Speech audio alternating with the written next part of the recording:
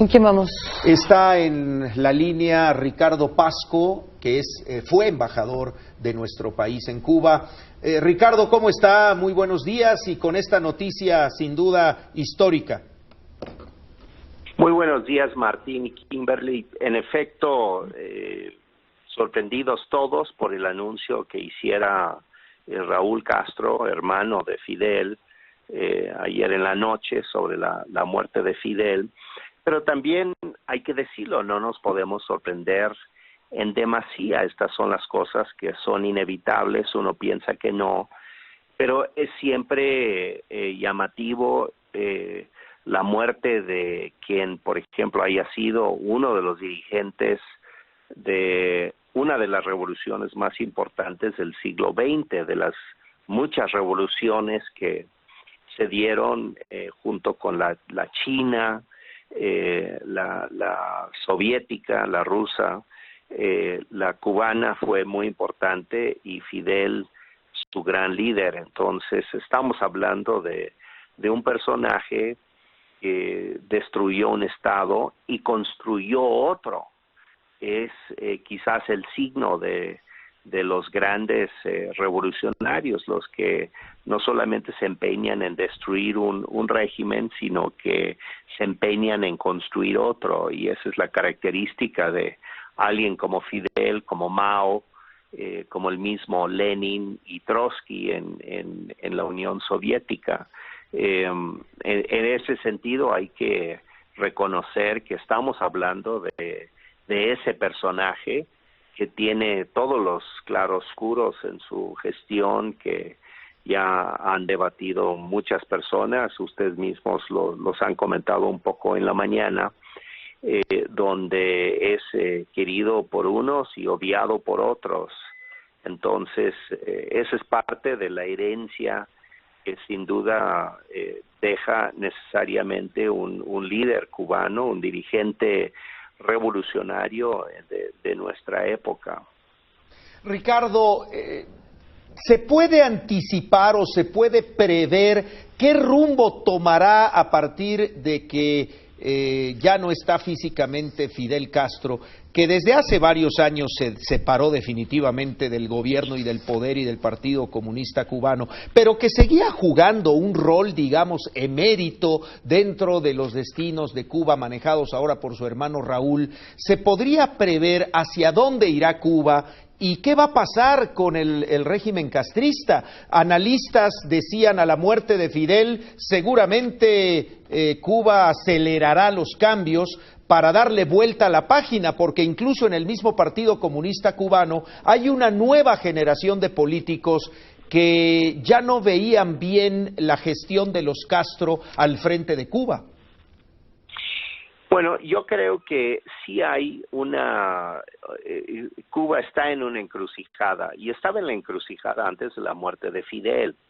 La última reunión del Comité Central del Partido Comunista Cubano, que se realizó a principios de este año, recibió como una adición inesperada la visita de Fidel. De repente apareció Fidel en esa reunión.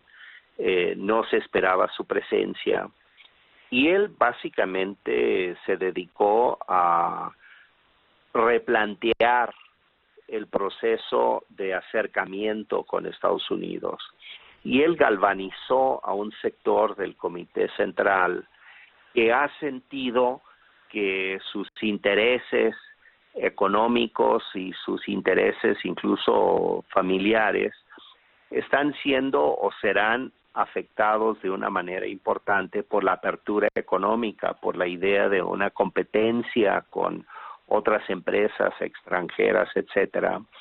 Y de esta manera una clásica burocracia política que se ha creado a la par de la Revolución Cubana estaba siendo amenazada por la apertura económica. Y las resistencias se hicieron sentir. En realidad hay mucha resistencia en el Comité Central al cambio. Sí hay jóvenes, pero también hay un sector muy importante que no quiere que se dé este cambio o por lo menos no con la velocidad con la que se está planteando por parte de Raúl. Entonces, en ese comité central que se efectuó justamente este año, Fidel impulsó la línea de rechazar las concesiones y así se planteó el tema. Una oposición a las concesiones que se estarían otorgando a Estados Unidos. Y se frenó el proceso y se frenó durante varios meses. De hecho, se ha hablado mucho en los últimos meses de que no estaba avanzando el proceso. Y yo creo que la presencia de Raúl en el comité, de Fidel en el comité central, desautorizó el proceso que había iniciado su hermano Raúl. Ahora con la muerte de Fidel, creo que se va a replantear la dinámica, pero ya en una encrucijada más compleja, porque por un lado Fidel impuso casi como último acto de gobierno de su parte el encerrarse en la intransigencia, y ahora resulta que ya no tienen a Obama enfrente, tienen a Trump enfrente, y esto plantea un reto distinto. De hecho, la respuesta del régimen cubano al conocer la noticia de la victoria de Trump fue, en primer lugar, mandar una felicitación cordial, pero por el otro lado, iniciar ejercicios militares en toda la isla, como diciendo, aquí no pasarán. Entonces, la respuesta a estos procesos es complejo y contradictorio al interior de la isla. Yo creo que viene ahora una etapa en la que el Comité Central y el liderazgo cubano va a tener que definirse con mucho más claridad por qué ruta va a seguir, por la ruta de la intransigencia revolucionaria o por la ruta de la apertura económica hacia el mundo. Y el dilema está planteado y es inescapable para el liderazgo. Yo creo que Raúl estaba en la idea de abrir con todos sus compañeros, camaradas de partido, abrir la economía cubana y en alguna medida la economía, la sociedad cubana a la negociación franca con Estados Unidos. Me parece que esa dinámica se frenó, pero hoy existe la posibilidad de que se retome. Creo que es el proyecto de Raúl, pero evidentemente hay un problema de correlación de fuerzas al interior del liderazgo cubano, y la muerte de Fidel sin duda reabre la pugna por definir esa ruta que habrán de tomarse en los próximos meses y años. Y creo que la ruta puede ser mucho más conflictiva al interior de la cúpula cubana, y vamos a ver cuál es el desarrollo que seguirá este proceso próximamente. Ricardo, bueno, pues como decía hace un rato usted en su análisis, hoy tenemos enfrente un ingrediente que nadie había tomado en cuenta, que es la llegada de Donald Trump a partir del 20 de enero próximo a la Casa Blanca, ¿no? Así es, ese es un nuevo ingrediente y plantea en términos mucho más serios la encrucijada. Por ejemplo,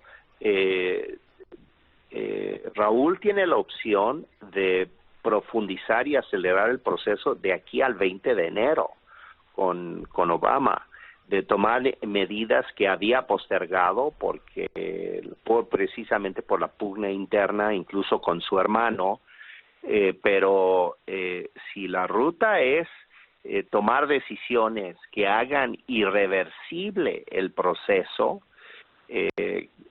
quizás veamos en los próximos días y semanas una serie de decisiones del lado cubano que harían ver incluso a la nueva administración estadounidense que Cuba está en la ruta seriamente de las transformaciones y que las transformaciones debieran considerarse irreversibles.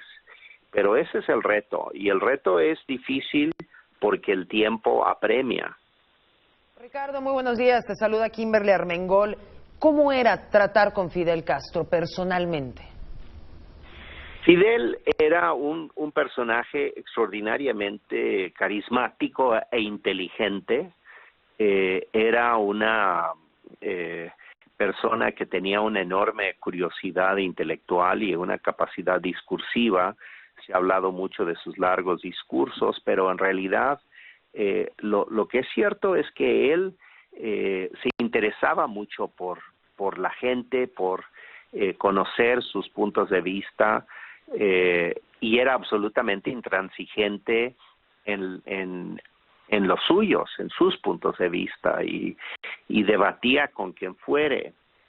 Él, especialmente el Fidel que yo conocí y con quien yo charlé y conversé en muchas ocasiones, y estas conversaciones las plasmé en mi libro que escribí de mis memorias como embajador en Cuba. Yo traté de demostrar que era una persona que se consideraba a sí mismo el Estado cubano. Él pensaba no solamente como estadista, pero él pensaba como el Estado. El Estado soy yo, de alguna manera él podría haber dicho. Y era cierto. Y sus relaciones eran con cualquier persona, era como el Estado hablando con uno. Uno no estaba hablando aparentemente con una persona, sino con el Estado. Y él tenía esa idea muy enraizada en su pensamiento, en su forma de ser, que era a la vez fascinante y frustrante, porque de repente era capaz de apreciar a uno, y si el Estado lo requería, era también capaz de despreciar a uno. Y esto fue muy difícil. En mi gestión particular fue muy difícil porque me tocó vivir como embajador de México en Cuba el peor momento de la relación bilateral. Por desgracia, Vicente Fox y su secretario de Relaciones decidieron buscar la ruta de romper relaciones diplomáticas con Cuba. Y muchos nos opusimos a esa ruta que ellos plantearon, pero por las razones que fueren, fue muy conflictivo el momento, muy amargo. Y en eso yo viví la relación inicial de una gran cercanía, y después la relación fría del Estado cubano por la distancia y la actitud rupturista de México para con el régimen cubano. Y él lo expresó en toda su forma de ser. Mientras inicialmente había tenido una relación muy cercana con él, al final sucedió un incidente que fue Alfredo Harp a La Habana con los Diablos Rojos, su equipo de béisbol, y fuimos al estadio a ver el partido entre los Diablos Rojos y los Industriales de La Habana, que es el equipo favorito de Cuba y de Fidel. Y llegó Fidel con Harp y simplemente no me dirigió la palabra, a pesar de que yo era el embajador y estaba presente, precisamente porque ya la relación entre los dos países se había sumido en una situación de gran distancia. Entonces, él era así, él era duro, y simplemente él mantenía la postura del Estado, y lo era en lo personal y lo era en lo político. Ricardo, sin duda un episodio que fue una vergüenza para México después de tener una trayectoria de años y de reconocimiento internacional de una política exterior de principios a convertirse en lo más pragmático que pudiera existir. Sí, e incluso la gran tragedia de lo que hizo ese binomio que nos gobernó un tiempo es que lo hicieron a cambio de nada. Es decir, México no consiguió nada.